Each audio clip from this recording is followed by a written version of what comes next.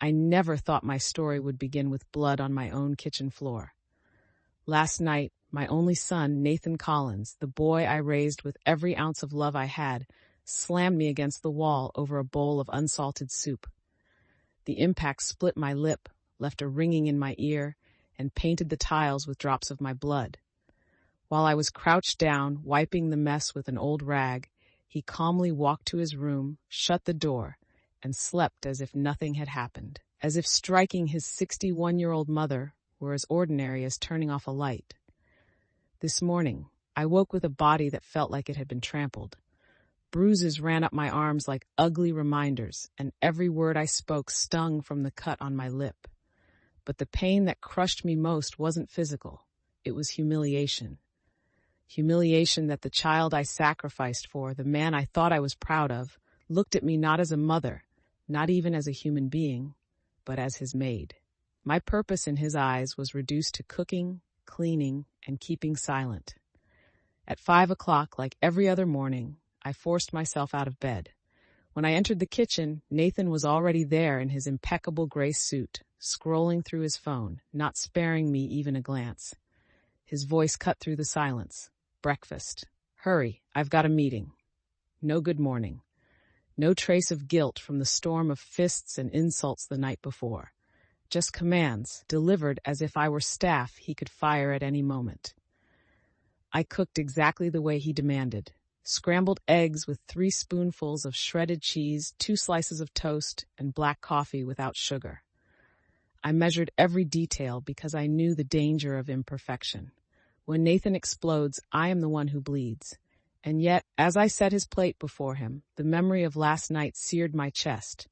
His voice calling me worthless, his hand raised like a weapon, his threat that if I weren't his mother, he would have thrown me out onto the street. I swallowed hard, keeping silent, pretending nothing had happened. But deep inside, a storm was rising, because I knew that if something didn't change, one day his rage would not just bruise me, it would kill me. The morning came far too quickly. My body still ached from the night before, every bruise screaming each time I moved. But I forced myself out of bed at 5, just like I always had. It didn't matter that I had barely slept. It didn't matter that the pillow was still damp from the tears I had cried into it.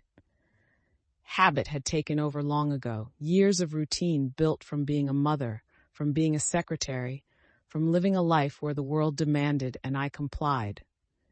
When I entered the kitchen, Nathan was already there.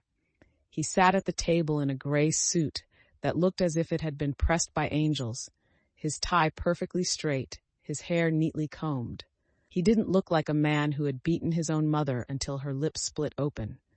He looked like a rising executive, someone heading to conquer another day in the city. His phone was in his hand, thumb scrolling with practiced ease, and without lifting his eyes, he gave the only words I would hear from him that morning. Breakfast. Hurry, I've got a meeting. Just like that.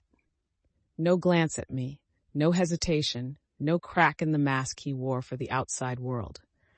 To him, last night had never happened. My lips still throbbed, the cut making it painful to even form words, but he didn't care. For Nathan, my suffering was invisible, or worse, irrelevant. I swallowed back the sting of humiliation and began cooking. The pan hissed as I cracked the eggs, stirring them just the way he liked. 3 spoonfuls of shredded cheddar folded in at just the right moment, never a second too early, never a second too late. 2 slices of bread toasted to golden perfection, neither too pale nor too dark. A cup of black coffee, no sugar, no cream. It was a ritual as rigid as any religious rite. If I failed at even one detail, there would be consequences. As the smell of butter and eggs filled the air, I caught my reflection in the kitchen window. My lip was swollen, a purple bruise spreading along the corner of my mouth. The sleeve of my blouse slipped and revealed the dark mark on my arm where his grip had left fingerprints. For a brief moment, shame crashed over me like a wave. I tugged the fabric back down quickly, as if hiding the evidence could also erase the truth. When I set his plate down in front of him, he finally looked up. For an instant, I thought I saw something: guilt, regret, maybe even recognition of the pain he had caused. But then his lips curled into a smile so false it made my stomach churn. "Look, Mom," he said in a voice laced with rehearsed charm, "I bought you something yesterday." He reached into his briefcase and placed a small shopping bag on the table. Inside was a sleek box of foundation, the kind that costs more than $50.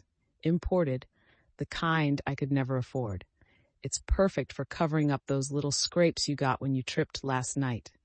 My hands froze on the box. Tripped, that's what he called it. Not the slap, not the shove, not the bowl of hot soup thrown in my face. In his story, I had simply stumbled into his fists all by myself. My lip bled because of my clumsiness. My bruises bloomed because of gravity. His fists were innocent, and I was the accident. I wanted to scream at him, to tell him that makeup doesn't erase violence, that foundation doesn't heal broken dignity. But the words died in my throat. His eyes were on me, sharp and threatening beneath the false warmth. I understood the message. Take the gift, play along, or tonight will be worse. So I nodded. I picked up the box, my fingers trembling, and whispered, "Thank you." The click of high heels echoed through the hallway then. Vanessa, his wife, swept into the kitchen like she owned it. She was elegant as always, this time in a pale green dress that hugged her figure, her perfume leaving a trail behind her. She kissed Nathan on the cheek before lowering herself gracefully into the chair beside him. "Good morning, Mrs. Collins," she said to me with a smile that never reached her eyes. "How are you this morning?" I wanted to tell her. I wanted to roll up my sleeves and show her the bruises, to tell her that her husband's temper had turned me into a punching bag. But Nathan's stare cut across the table, a silent blade against my throat. His eyes said, "One wrong word and you'll regret it." So I smiled. "I'm fine, thank you." "Would you like some breakfast, Vanessa?" I asked, my voice polite, steady, practiced. "Just coffee," she answered, crossing her legs. "Light with artificial sweetener." I poured the coffee, careful not to let my hands shake. As I set it down, Vanessa's eyes flickered to my lip. She noticed. I saw it in the way her gaze lingered for just a beat too long. My heart raced. Would she ask? Would she press me? But then she looked away, back to her phone, as if the bruise were nothing more than a shadow in the light. Nathan finished his meal, wiped his mouth, and stood. He leaned down close to me, so close I could smell his cologne, and whispered in my ear while Vanessa checked her makeup in her compact mirror. "Remember what I told you last night," he hissed. "If you open your mouth, if you tell anyone what happens here, you'll regret it. No one will believe you. You're just a crazy old woman living off my charity." I froze, the plate trembling in my hands. He straightened, adjusted his red tie, and turned back into the charming executive the world adored. Together, he and Vanessa left the house hand in hand, the perfect couple heading out in their sleek black sedan. The silence that followed was deafening. I sat at the kitchen table, the expensive foundation still clutched in my palm, and for the first time in years, I felt something stronger than fear. Rage. By mid-morning, I forced myself out of the house with a shopping list in hand. Nathan had tossed 3 crumpled $20 bills onto the counter before leaving, as if $60 were a grand gesture. Seafood, pasta, salad, dessert, and a good bottle of white wine, he had ordered. "Make it perfect. Don't embarrass me." $60. For a lunch that was supposed to impress his wife's 3 fashionable friends. I knew the math didn't add up, but I also knew better than to argue. When Nathan gave an order, it was law. The air outside was crisp, the kind of cool morning that would have once felt refreshing, but now only stung against the bruise on my cheekbone. I tugged my scarf higher, hiding what the foundation couldn't quite cover. Every step to the bus stop felt heavier than the last, like I was carrying the weight of my entire life on my shoulders. At the supermarket, I stretched every dollar like it was a lifeline. Fresh shrimp? Impossible at $30 a pound. I settled for frozen. Imported wine? Out of the question. I scanned the shelves until I found the cheapest bottle that still looked respectable. Pasta on sale, salad greens that were starting to wilt, bread from yesterday's batch marked down by half. I packed each item into my cart with a mix of dread and resignation. Nathan wouldn't see the compromises. He would only see imperfection. And imperfection always had consequences. As I stood in line at the checkout, I felt a tap on my shoulder. Margaret? I turned and found myself face to face with Doris Mitchell, my neighbor from 2 houses down. She was in her early 60s like me, a widow with kind eyes and a warmth that made you feel safe, even in a crowded store. She smiled, holding a small bag of groceries in one hand. "Goodness, I haven't seen you out in the yard lately," she said. "How are you doing, dear?" My throat tightened. I forced a smile that didn't reach my eyes. "Oh, just busy with things around the house." Doris tilted her head, studying me the way only someone with genuine concern could. Her gaze lingered on my mouth, on the slight swelling that no amount of makeup could fully hide. "Did you hurt yourself?" she asked gently. My heart raced. Nathan's voice thundered in my mind. "If you open your mouth, you'll regret it. No one will believe you. You're just a crazy old woman." I swallowed hard. "It's nothing. I just bumped into the closet door last night. Clumsy me." I laughed softly, the sound brittle and false. Doris didn't look convinced. Her brows knitted together, but she didn't press. Instead, she reached out and touched my arm with a light squeeze. "Well, if you ever need anything, you know where I live. I'm home most afternoons." Her words were simple, almost casual, but they pierced straight through the fog I had been living in. For a brief moment, I felt something I hadn't in years, the flicker of safety, the idea that maybe, just maybe, I wasn't as alone as Nathan wanted me to believe. I nodded quickly, blinking back tears. "Thank you, Doris. That's very kind." As I carried my bags out to the bus stop, her words echoed in my head. "If you ever need anything, you know where I live." Did she suspect more than she let on? Had she heard the shouting through the thin walls of our neighborhood at night? Had she seen the way I flinched when Nathan's car pulled into the driveway? The ride back felt endless. My hands clutched the grocery bag so tightly that the thin plastic cut into my fingers. At home, I unpacked the frozen shrimp, the cheap wine, the wilted lettuce, and stared at them on the counter. My chest tightened with dread. Nathan would notice. He always noticed. But for the first time in a long while, another thought pressed into my mind, fragile but persistent. Someone sees me. Someone might help. And that thought, just that tiny flicker of hope, terrified me almost as much as Nathan's anger. Because hope meant I might someday act on it. And acting against Nathan had always come with a price.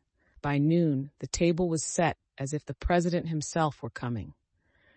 I had polished the old crystal glasses until they gleamed, laid out the china plates that once belonged to my mother, and ironed the linen tablecloth that hadn't seen daylight in years. My back ached from scrubbing the house top to bottom, and my hands trembled from the endless chopping, boiling, and stirring. Yet the fear of Nathan's wrath kept me moving like a soldier under orders.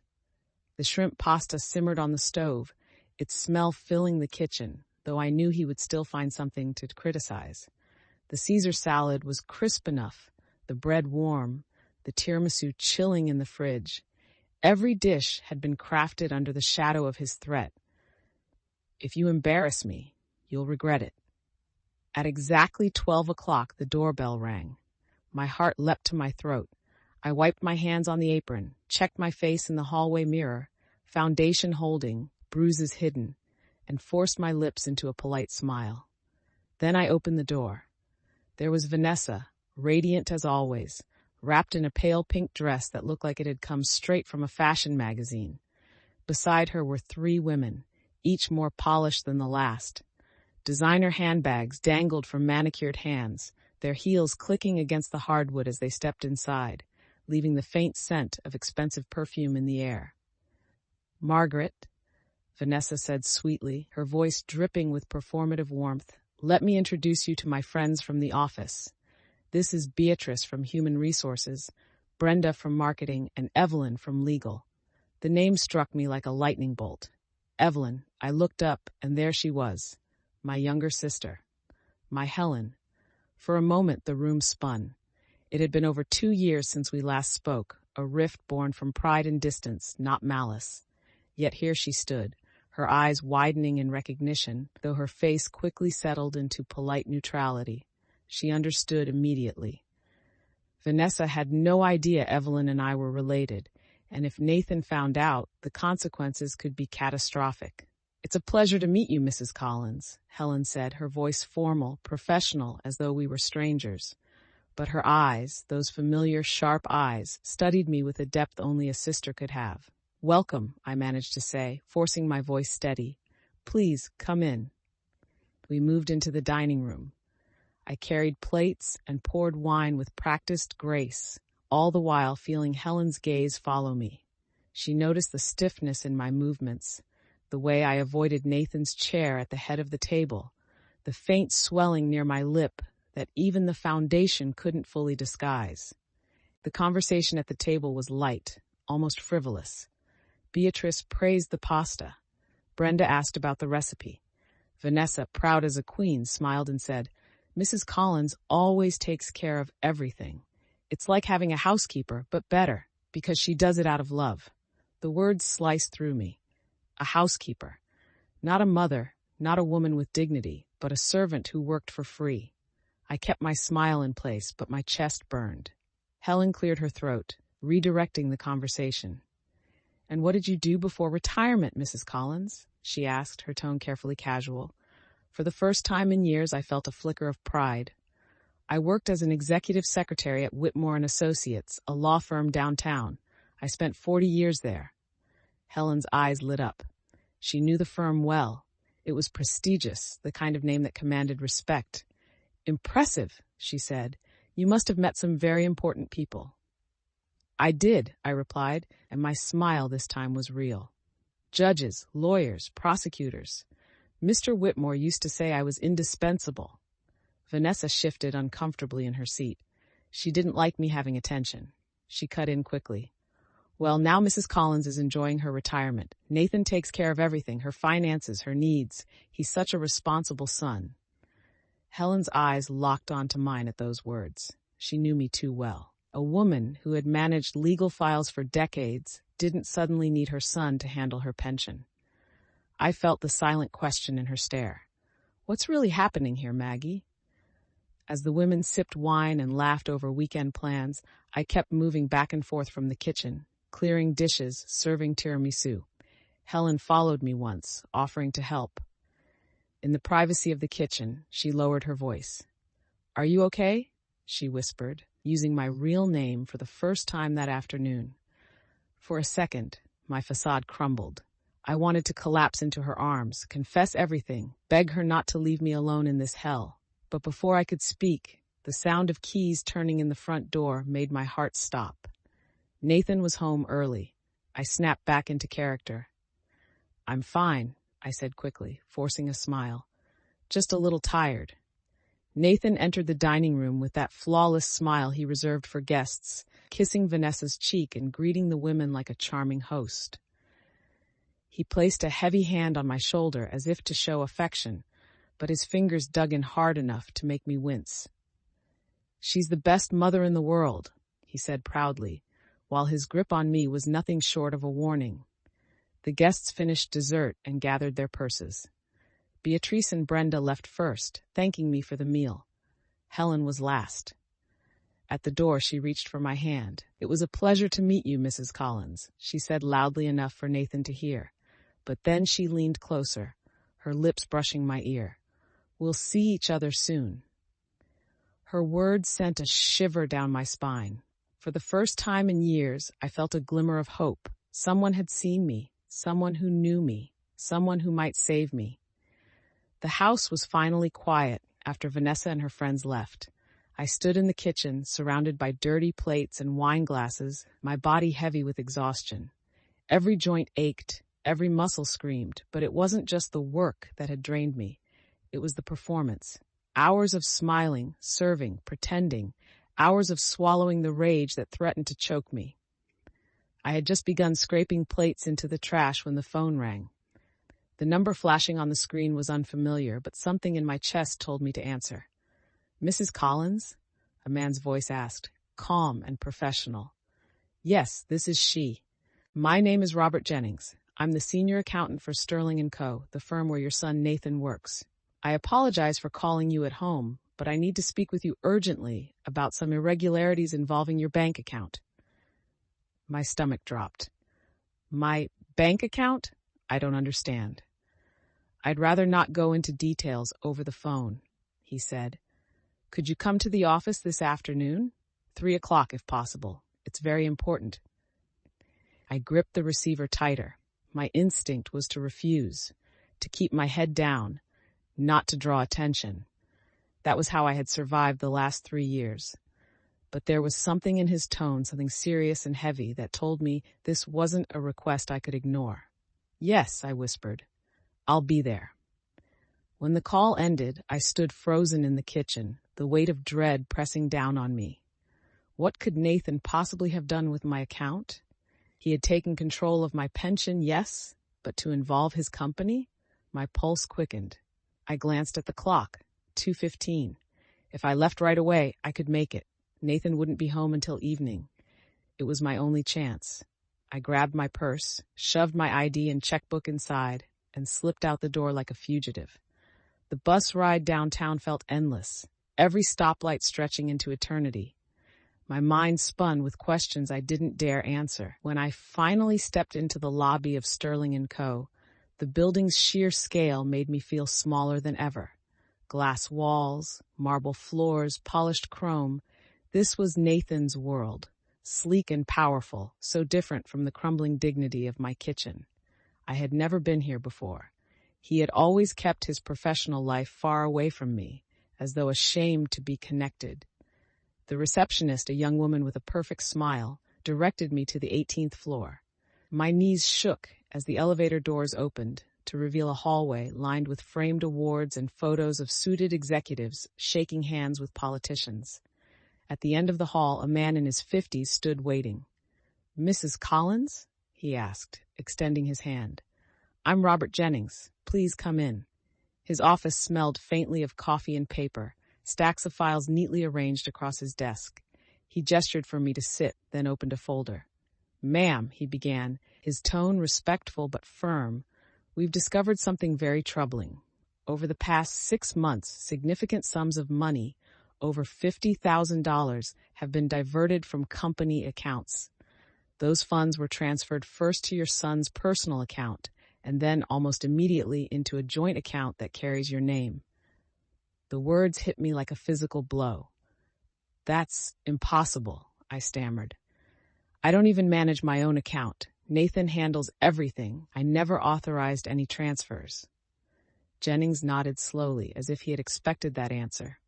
"We believe you. That's precisely why I wanted to speak with you before the company moves forward legally. The paper trail shows your name.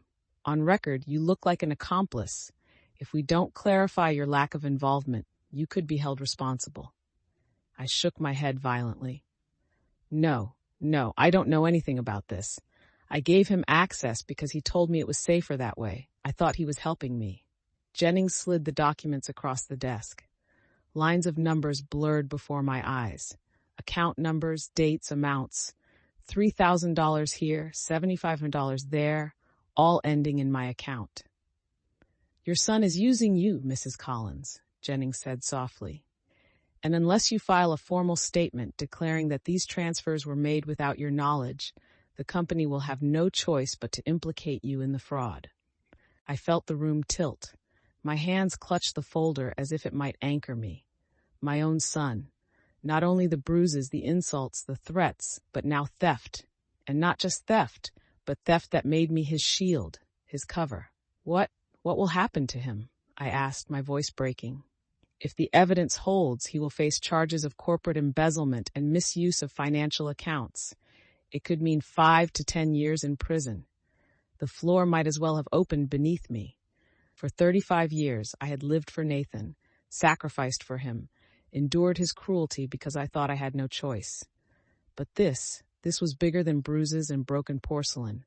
This was a crime that could destroy us both." Jennings folded his hands. "I'm asking you to think carefully. If you want to protect yourself, you need to cooperate. File a statement. Let the law distinguish between his actions and your innocence. Otherwise, you could go down with him. I nodded slowly, tears blurring the pages before me. I was no longer just a battered woman. I was an unwilling accomplice in my own son's crimes. And for the first time in years, I felt something shift inside me. Not just fear, not just despair, but the spark of realization. If I stayed silent any longer, he would destroy me completely. When I pushed open the front door that evening, the living room lights were on. Nathan was already home, lounging on the couch with the television flickering across his perfectly pressed suit. For a moment, I froze in the doorway, clutching my purse like a shield. He looked up, his eyes narrowing. "Where have you been?" His tone was sharp, suspicious. "I came home, and you weren't here. The house is a mess after lunch, and you disappear without saying a word?" My heart pounded, but I forced myself to meet his gaze. "I was at your office," I said, my voice steadier than I felt. "I spoke with Mr. Jennings. I know what you've been doing." For the first time in years, I saw something break in his mask. A flicker of fear flashed across his face before he smoothed it over with a cold smile. He stood slowly, like a predator circling its prey. "I don't know what you think you heard," he said, voice low, measured. "Jennings probably confused you. You've never been good with numbers, Mom." $50,000, I pressed, my voice rising despite the tremor in my chest. "Transferred from company accounts to mine, to my name. Do you know what that means? They think I'm your accomplice." He stepped closer, his eyes dark. "Lower your voice," he hissed. "You don't understand how these things work. That money is mine. It belongs to me." "No," I said, clutching my purse tighter. "It belongs to the company. You stole it, Nathan, and you used me to hide it." His jaw clenched. For a moment, I thought he might strike me again, but instead he leaned in close, his breath hot against my ear. "Listen to me, you stupid old woman. Everything you have, this house, that food you eat, the clothes on your back, you owe to me. You think your little secretary's salary paid for this life? No, I did. And now you're going to do exactly as I say." He pulled back just enough to look me in the eye, his face twisted with fury. "Tomorrow morning, we're going to the bank together. You're going to sign every paper I put in front of you. You're going to tell them you authorized the transfers. You're going to retract whatever garbage Jennings made you believe. And if you don't..." His hand clamped down on my arm, fingers digging into the same bruises he had left the night before. Pain shot up to my shoulder, but I refused to cry out. "If you don't," he whispered, "I'll make sure you regret ever being born. I'll put you out on the street. I'll tell everyone you've lost your mind. One word from me, and you'll be locked away in some nursing home, babbling to the walls while I live in peace. That's the future waiting for you if you cross me." My knees trembled under the weight of his words. For 3 years, threats like these had kept me obedient, silent, afraid. But tonight, something was different. The papers Jennings had shown me, the numbers that didn't lie, they were proof. For once I wasn't the crazy one. I stared back at him, my lips still swollen, my voice shaking but alive. "I'm not signing anything." His eyes widened in shock, then narrowed into rage. His hand lifted as if to strike, but just then the sound of footsteps echoed outside, the neighbor's dog barking, Doris calling across her yard. Nathan froze, his hand suspended in the air. Slowly he lowered it, but the venom in his voice was sharper than any slap. "You'll sign," he said, his tone calm, terrifyingly calm. "Maybe not tonight, maybe not tomorrow, but you will, because without me, you're nothing. Remember that." He released my arm, leaving behind fresh bruises, and stormed upstairs, slamming his door. I collapsed into a chair, my whole body trembling. The fear was still there, yes, but beneath it, something else had begun to grow. Anger, defiance, the faint realization that I didn't have to live this way forever. For the first time in years, I whispered aloud into the empty room, "I'm not nothing." That night, I couldn't sleep. Every creak of the house, every gust of wind against the window made my body stiffen in terror. Nathan's words kept replaying in my mind like a broken record. "You'll sign, because without me, you're nothing." I sat in the kitchen long after midnight, my swollen lip throbbing with every heartbeat. The silence was heavy, suffocating. That house, once my sanctuary, now felt like a prison built out of memories and fear. Then, around 3 a.m, I heard it, a faint rustling outside near the bushes by the kitchen window. My first thought was him. Maybe Nathan had slipped out of his room. Maybe he was trying to scare me again.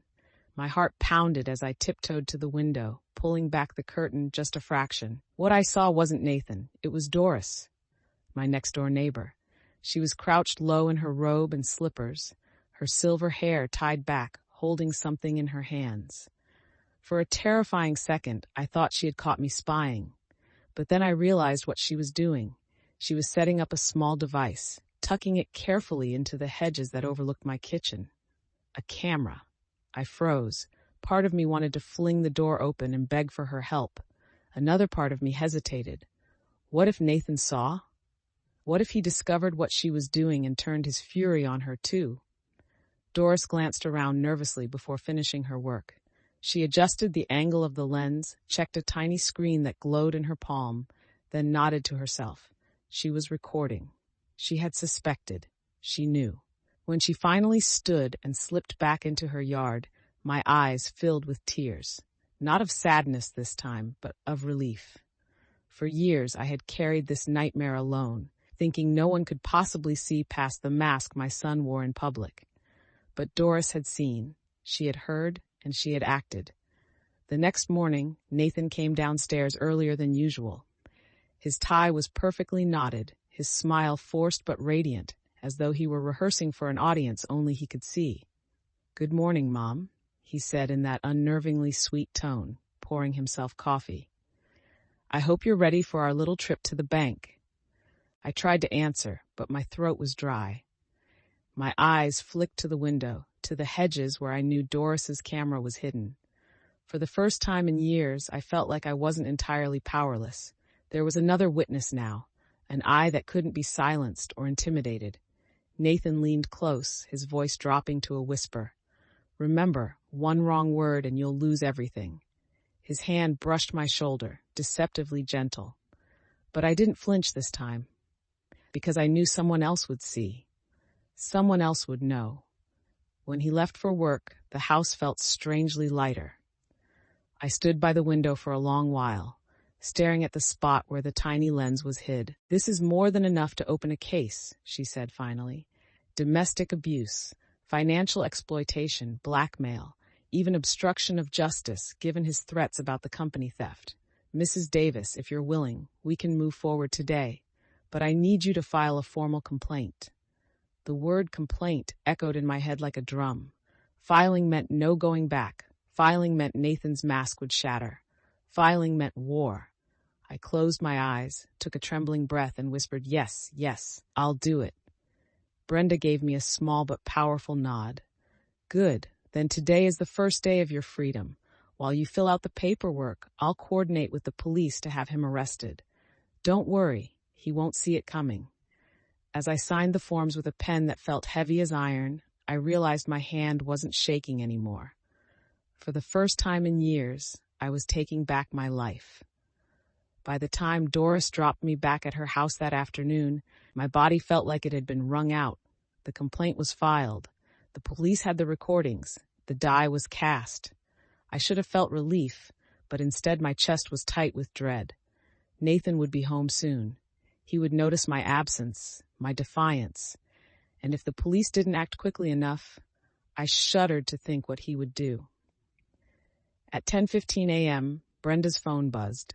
She had been coordinating from the DA's office while I finished the paperwork. "They're moving in," she told me. "The officers are on their way to your house right now. Stay here, Monica. Don't go back until it's safe." But against my better judgment, I couldn't resist watching. Through Doris's kitchen window, I had a clear view across the street. My house, my prison, sat waiting, its white shutters innocent in the daylight, betraying nothing of the horror within. At exactly 10:30, Nathan's black sedan pulled into the driveway. He stepped out in his immaculate suit, adjusting his tie as if the world were still under his control. He didn't notice the two unmarked police cars parked quietly at the end of the block. I could almost feel my pulse in my ears. This was it. Inside my house, Nathan slammed the door, his voice carrying even through Doris's walls. "Mom?" he shouted. "Where the hell are you?" When silence answered, the storm began. I saw curtains rip back, doors slam, drawers thrown open. His rage echoed through the walls like thunder. And then came the crashes, glass shattering, furniture toppling, the sound of wood splintering under fists. "Ungrateful old woman," he bellowed. "You think you can embarrass me? You think you can betray me?" Doris gripped my hand. "Stay still," she whispered. "They're coming." Seconds later, red and blue lights flickered down the street. Two police cruisers pulled up fast, tires screeching. Officers in dark uniforms spilled out, moving with grim precision. Their radios crackled. Hands rested firmly on their holsters. Nathan must have seen the flashing lights because his voice changed. No longer fury, now panic. "No, no, no," he muttered, pacing the living room. Through the window, I saw him yank open the back door as if to flee, but two officers were already there, blocking his path. "Ethan Davis," one of them shouted. "Police department, step away from the door and put your hands where we can see them." But Nathan wasn't ready to give up his performance. He straightened, smoothed his suit, and plastered on the same charming smile he wore at corporate dinners. "Officers," he said, feigning confusion. "There must be some mistake. I'm a respected executive.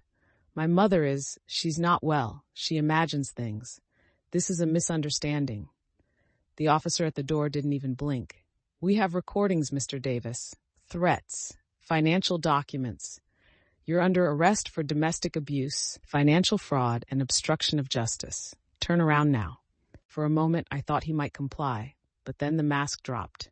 His face twisted into pure rage. He grabbed a vase from the side table and hurled it against the wall, shards exploding across the hardwood floor. "You can't do this to me," he roared, his voice cracking. "This is my house, my life. She owes me everything." Officers surged inside. I held my breath as two of them wrestled him to the ground, his fists flying wildly. He screamed curses, threats, promises of revenge. The thud of his body hitting the floor echoed across the street, followed by the unmistakable click of handcuffs. Through Doris's window, I saw him dragged out, his perfect suit rumpled, his tie askew, wrists bound tightly behind his back. His eyes locked on mine across the street. For a second, the world went silent. "You'll regret this, Mom," he screamed, his voice breaking. "You hear me? You'll regret this for the rest of your miserable life." But for the first time, his threats didn't pierce me like knives, because he wasn't looming over me anymore. He was surrounded by law, by authority, by men who wouldn't let him lay a finger on me again. As the cruiser doors slammed shut and the siren wailed to life, I collapsed into Doris's arms, shaking with sobs I had held back for 3 long years. They weren't tears of fear this time. They were tears of release. Brenda called minutes later to confirm. "He's in custody," she said firmly. "And with the charges we've filed, he won't be walking free anytime soon." I looked out at the wreckage of my living room visible through the broken blinds, and for the first time in years, I felt something stir inside me. Not just relief, not just safety, hope. The courthouse smelled faintly of old wood and disinfectant, its marble floors echoing with every nervous step I took. My palms were damp, and though Doris gripped one hand and Brenda the other, I felt like a child being led into the unknown. "This is just the bail hearing," Brenda reminded me gently as we walked. "It's not the full trial, but your testimony today will help the judge understand the risk your son poses. Speak from your heart. That's all you need to do." Inside the small courtroom, the tension was suffocating. Nathan sat at the defense table, wearing the bright orange jumpsuit of the county jail. His hair was unkempt, his hands cuffed. Yet even like this, he tried to look regal, chin lifted, a forced smirk on his face. When his eyes met mine, a shiver ran down my spine. Gone was the polite executive. What sat across from me was the predator I had lived with for 3 years. Savannah was in the gallery, her usual flawless appearance marred by sleepless eyes and a trembling hand that clutched her purse. She didn't look at him. She looked at me. And for the first time, I saw shame in her gaze. "All rise," the bailiff called, and the judge entered. A tall man in his 60s, stern but calm, he commanded the room with nothing more than his presence. The proceedings began quickly. Nathan's lawyer, a slick young man in an expensive suit, argued that his client was a respected member of the community, a hard-working executive, and that the accusations against him were deeply exaggerated misunderstandings within a family. He requested bail, insisting Nathan was not a danger to society. Brenda rose with a quiet strength. "Your Honor, the state has obtained recordings of Mr. Davis threatening his mother with physical harm, financial ruin, and forced institutionalization. We have bank records showing corporate embezzlement routed through his mother's account. We have evidence of years of domestic abuse. This is not a misunderstanding. This is a clear pattern of violence and fraud. If released, Mr. Davis poses a direct danger to the victim." The judge listened silently, then turned to me. "Mrs. Davis, would you please come forward?" My legs shook as I stood, but I walked to the witness stand. The bailiff swore me in, and I placed my hand on the Bible, my voice barely above a whisper. "I do." "Tell me, in your own words," the judge said, "what has been happening in your home." For a moment, my throat closed. The courtroom blurred. Then I saw Doris's encouraging nod, Brenda's steady gaze, Savannah's guilty eyes, and I began to speak. I told him about the soup, about the bruises, about the money siphoned from my pension. I told him about being forced to cover wounds with makeup, about living in constant fear. My voice cracked when I described how Nathan threw me against the kitchen wall, how he called me worthless, how he controlled every dollar of my retirement. And finally, I told him about the threats, how Nathan promised to declare me insane, to throw me into a nursing home, to make me regret I had ever been born. The judge's face never changed, but his eyes grew colder with every word.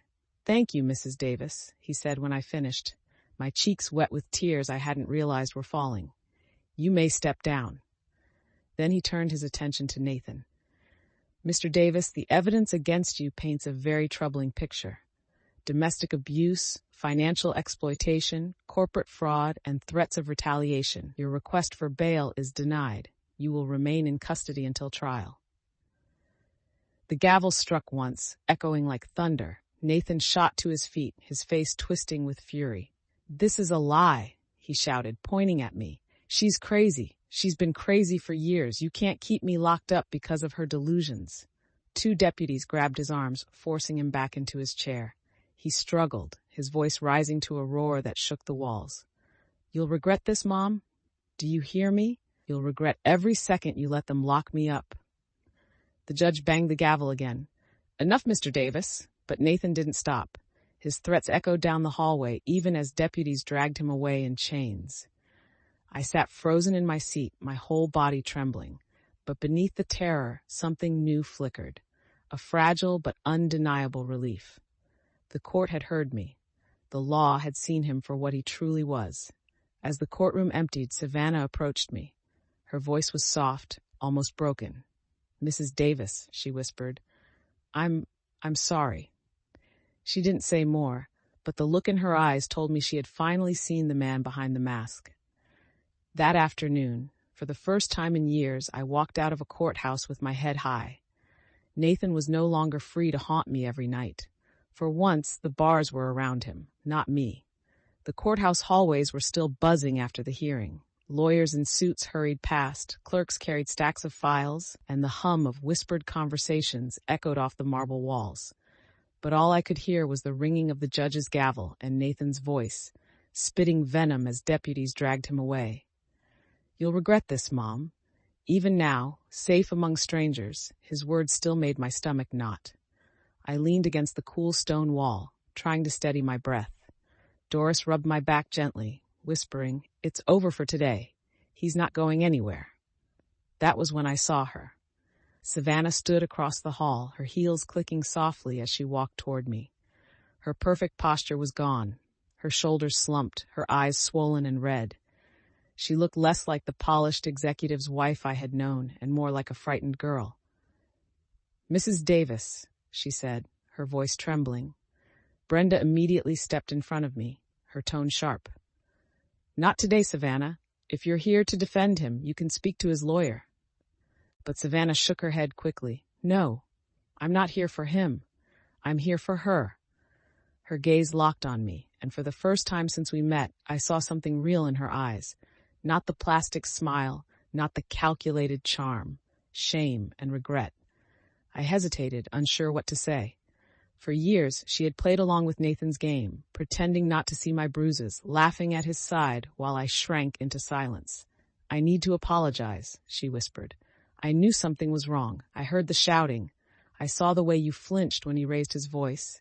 And I said nothing, because I was afraid." Her words hit me like a cold wind. "Afraid?" I repeated, my voice sharper than I intended. She nodded quickly. "Yes, Nathan threatened me too. He said if I ever questioned him, if I ever took your side, he would destroy me, ruin my career, smear my name, cut me off with nothing. And I believed him. I let my fear turn me into a coward. I let you suffer alone." Tears welled in her eyes, spilling down her cheeks, smudging the carefully applied makeup. She didn't wipe them away. Brenda crossed her arms. "Why are you telling us this now?"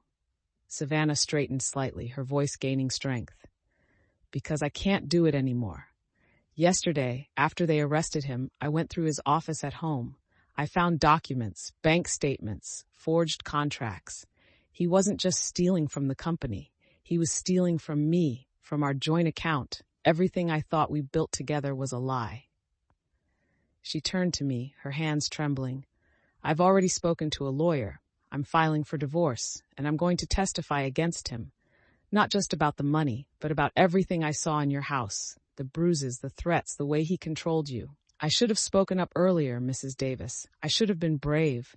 I'm so sorry." For a moment, the hallway blurred. I wanted to scream at her, to ask why she hadn't knocked on my door, why she hadn't called the police when she saw my lips split open or my hands shaking. But instead, I felt something different, a strange, quiet relief. Because this wasn't just my fight anymore.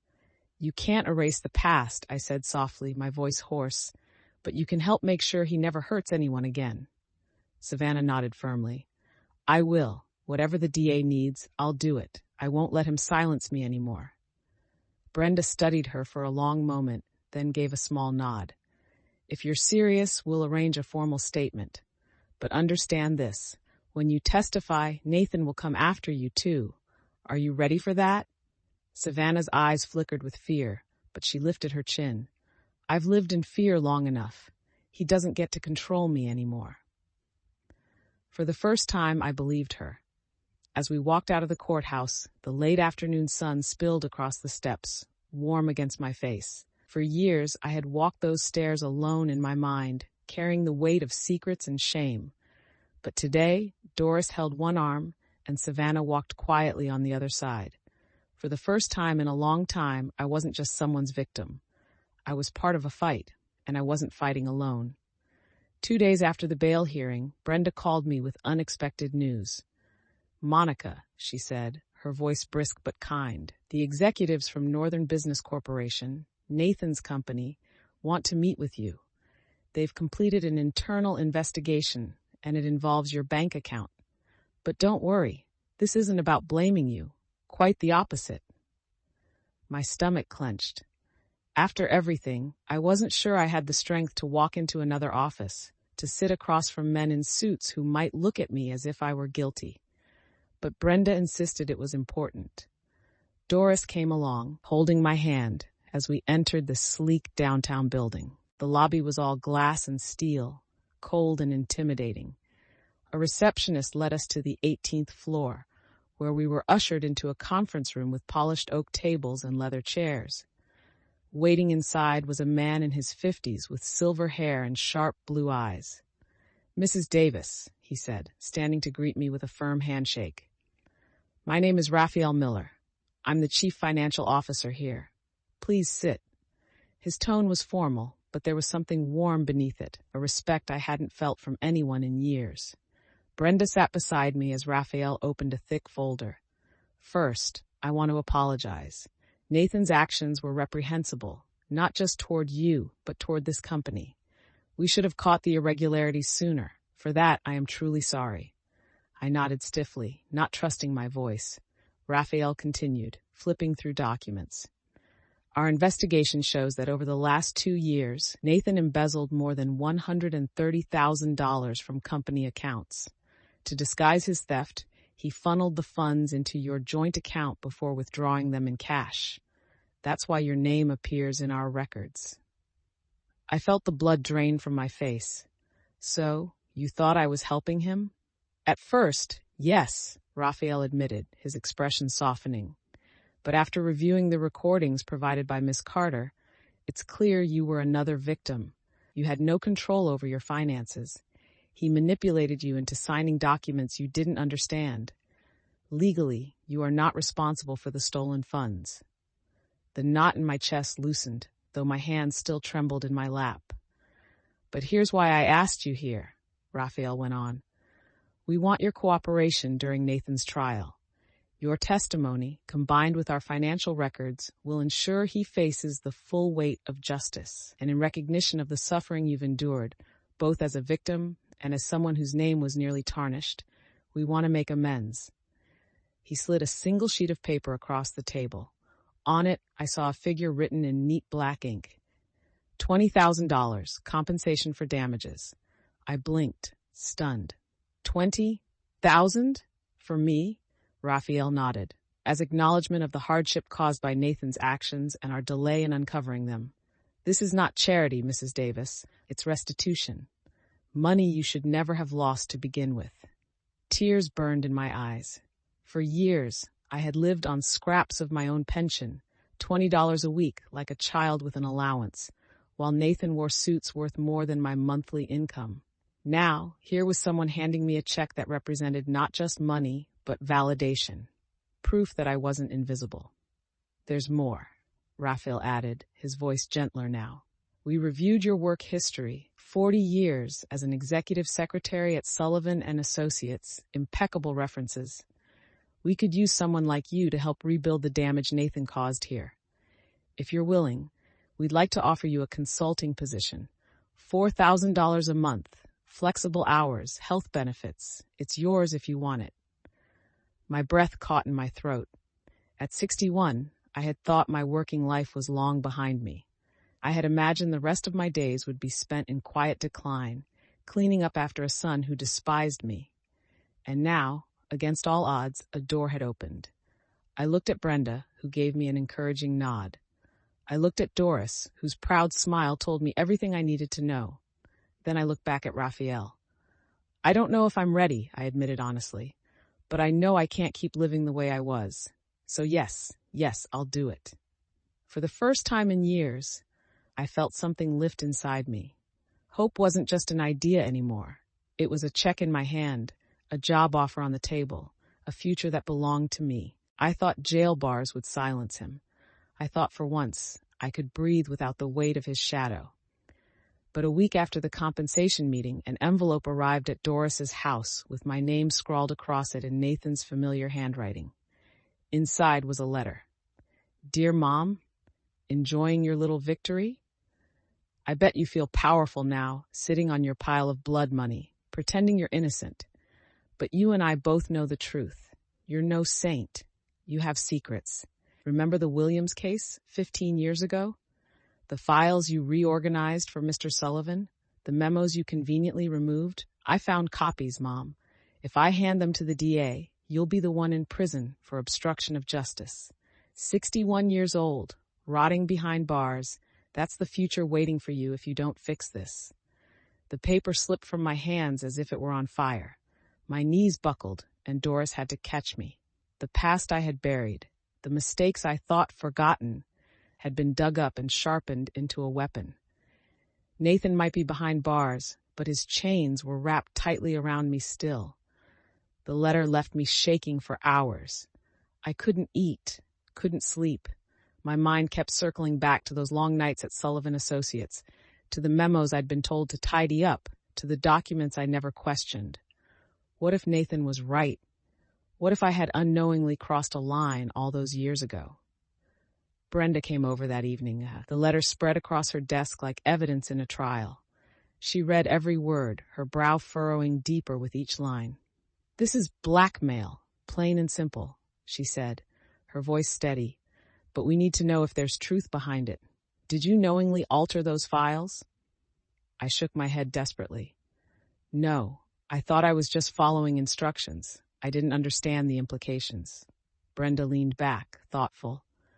"Then we'll reopen the Williams case file. I'll pull every record, every memo, and see exactly what your role was. If Nathan has documents, we need to know how he got them and what they prove. Don't panic, Monica. We'll face this head on." Her words steadied me for a moment, but as I lay awake that night, I realized the nightmare wasn't over. Nathan had found a new way to tighten his grip, even from behind bars. A week after the first letter, another envelope arrived. This one was thicker, heavier, as if it carried the weight of a sentence already passed. My hands shook as I tore it open. Inside were photographs, grainy scans of old documents, familiar handwriting in the margins. My handwriting. The letter was shorter, but far crueler. "So you didn't take me seriously the first time. Fine, let's raise the stakes. Here are copies of memos from Sullivan and Associates, with your neat little notes in the margins, dates altered, pages missing. Proof of obstruction, and that's not all. Did you really think I wouldn't find the records of all the bonuses you pocketed? The cash tips, the Christmas envelopes Mr. Sullivan gave you, the money you never declared to the IRS? That's tax evasion, Mom. 15 years in prison. Imagine the headlines. Imagine the loyal secretary caught in decades-long fraud. The DA would eat this alive. Unless you fix this. You know what I want." I dropped the pages onto the table as if they were burning my skin. There it was. My handwriting, my old notes from cases I hadn't thought about in years. My mind spun back to those December afternoons when Mr. Sullivan would slip an envelope into my desk drawer with a wink, or when grateful clients would press folded bills into my hand. I had always thought of them as gifts, tokens of appreciation. It had never crossed my mind that they were taxable, that they could be twisted into a crime. Doris found me hunched over the table, sobbing into my hands. "He's tearing me apart," I whispered. "Even from prison, he's still destroying me." Brenda arrived within the hour. She spread the photographs out carefully, her lawyer's eyes scanning every line. "These are serious," she admitted, "but they don't prove intent. At worst, they show you made mistakes you didn't understand. And the IRS doesn't put 61-year-old women in prison for a few $1,000s of unreported gifts. He's bluffing, but it's a clever bluff." Her words gave me some relief, but not enough. Nathan's voice echoed in my mind with every glance at the papers. "You'll rot in jail, Mom, just like you wanted for me." That night, as I stared at the ceiling in Doris's guest room, I realized the fight wasn't just about freedom anymore. It was about survival, about proving to myself that I wasn't the criminal Nathan wanted the world to see. Brenda leaned across the table, tapping the stack of Nathan's letters with one manicured finger. "He thinks these give him power over you," she said firmly. "But power only exists if you hide. If you're willing to own your past, he has nothing left to use." I stared at her, stunned. "You want me to confess? To tell the DA everything, even if it makes me look guilty?" "Not guilty," Brenda corrected. "Human. A woman who spent 40 years working hard, following orders, taking small gifts without realizing the tax implications. You're not the first, and if we present it ourselves on our terms, Nathan can't spin it as a crime. He can't blackmail you with shadows if you shine a light on them first." Doris placed her warm hand over mine. "He's caged, Monica. Don't let him keep the key. Take it back." For the first time, I felt the idea of freedom wasn't just survival, it was fighting back. Maybe Brenda was right. Maybe the only way to end this nightmare was to drag every skeleton into the open and let them turn to dust in the daylight. The courtroom was hushed as I took the stand once more. My heart hammered in my chest, but Brenda's steady nod anchored me. I drew a deep breath and spoke, my voice clear though my hands trembled. Yes, Your Honor. 15 years ago, I accepted small cash gifts at Sullivan and Associates. I never reported them, not out of malice, but ignorance. I was following instructions, believing they were tokens of appreciation. If that was a mistake, I take responsibility for it today. A ripple of murmurs moved through the gallery, but I pressed on. What I will not accept is being painted as a criminal by my own son. I was naive, yes, but I am not guilty of fraud, nor have I ever conspired with Nathan Davis in his thefts. He is using fragments of my past to threaten me, to silence me, and I will not be silent anymore. For a moment, the silence was absolute. Then the judge nodded gravely, noting my honesty for the record. Nathan's lawyer shifted uneasily, his last weapon crumbling in the light of truth. And across the courtroom, Nathan's furious glare told me everything. I had just stolen the only power he had left. The day of the final sentencing dawned gray and heavy, as if the sky itself understood the weight of what was about to unfold.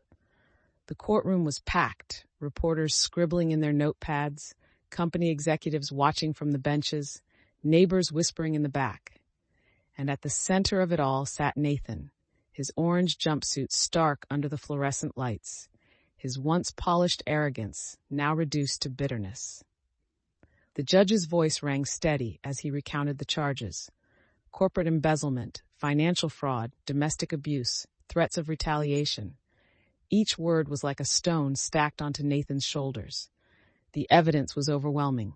Bank records, recorded threats, testimony from me, Doris, Savannah, and even his former colleagues. Nathan rose one last time, his voice hoarse, his eyes blazing. This is a witch hunt. My own mother turned against me. She's the criminal here, not me. But the words rang hollow. No one moved.